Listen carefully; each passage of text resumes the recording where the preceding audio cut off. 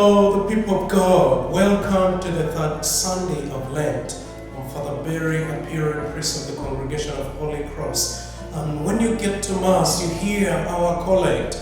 God, author of every mercy and goodness, who in fasting, prayer, and almsgiving have shown us a remedy for sin, look graciously on this confession of our lowliness, that we who are bowed down by our conscience may always be lifted by your mercy. This third Sunday of Lent is inviting us into an intense inner spiritual purification, because we are living temples of the Lord, with our eyes focused on the cross as the tree of life and redemption, and the greatest law that keeps us pure is Christ Himself as the new law. Our first reading, Moses presents the Decalogue to the people of Israel, the commandment. And these commandments in our Catholic Catechism of the Catholic Church, Numbers 2056 onwards, God revealed these 10 words to His people.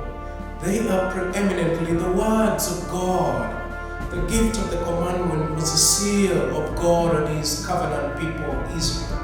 The commandments express our belonging to God. The 10 commandments state what is required in the love of God and love of neighbor. They express our duty towards God and neighbor.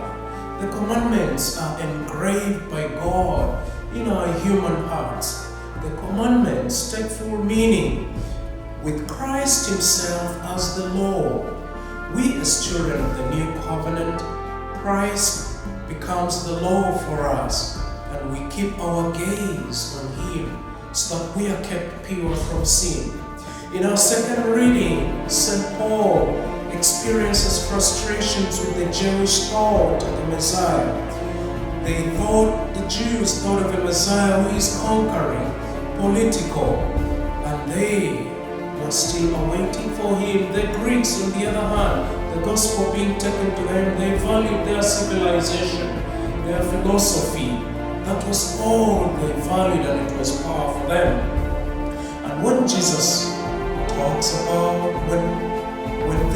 we talk about the historical Jesus, who is perceived in the human eyes at that time, of course, the death He underwent was a cruel death which was reserved for murderers and robbers.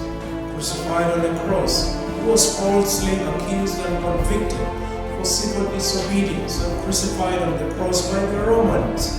This is a scandal to the Jews and the Greeks, to whom Paul tells them that this is the Messiah. So we put on the cross as God's unconditional love and care for humanity. Christ the crucified is what we preach, the symbol of redemption, as He journeys towards Jerusalem for His final hour, death and crucifixion. Let us ponder this great love He has for us daily in these 40 days of Lent, so as to bring inner spiritual renewal, transformation, and conversion into pure hearts free from sin. In our Gospel, Jesus cleanses the temple, but we have to be very careful and know that the temple was the economic backbone of the religious establishment at that time. This was the heart of the conviction of Christ. Why? The very center and life of the religious establishment at that time had been touched. Economic power.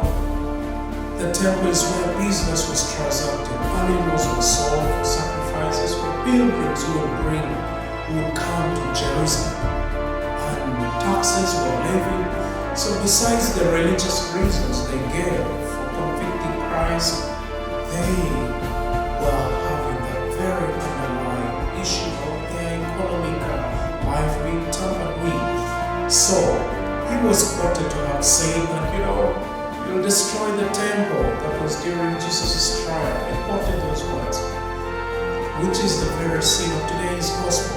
This temple is the body of Christ, and the days in the tomb that leads to His resurrection is seen in the 3 days. The reflection of the 40 days Jerusalem is what we are going through, that we reflect the passion of Christ, what he will undergo into when he gets to Jerusalem, and that is what's going to climax with Easter. So we are living temples of God. Let's ensure our purity.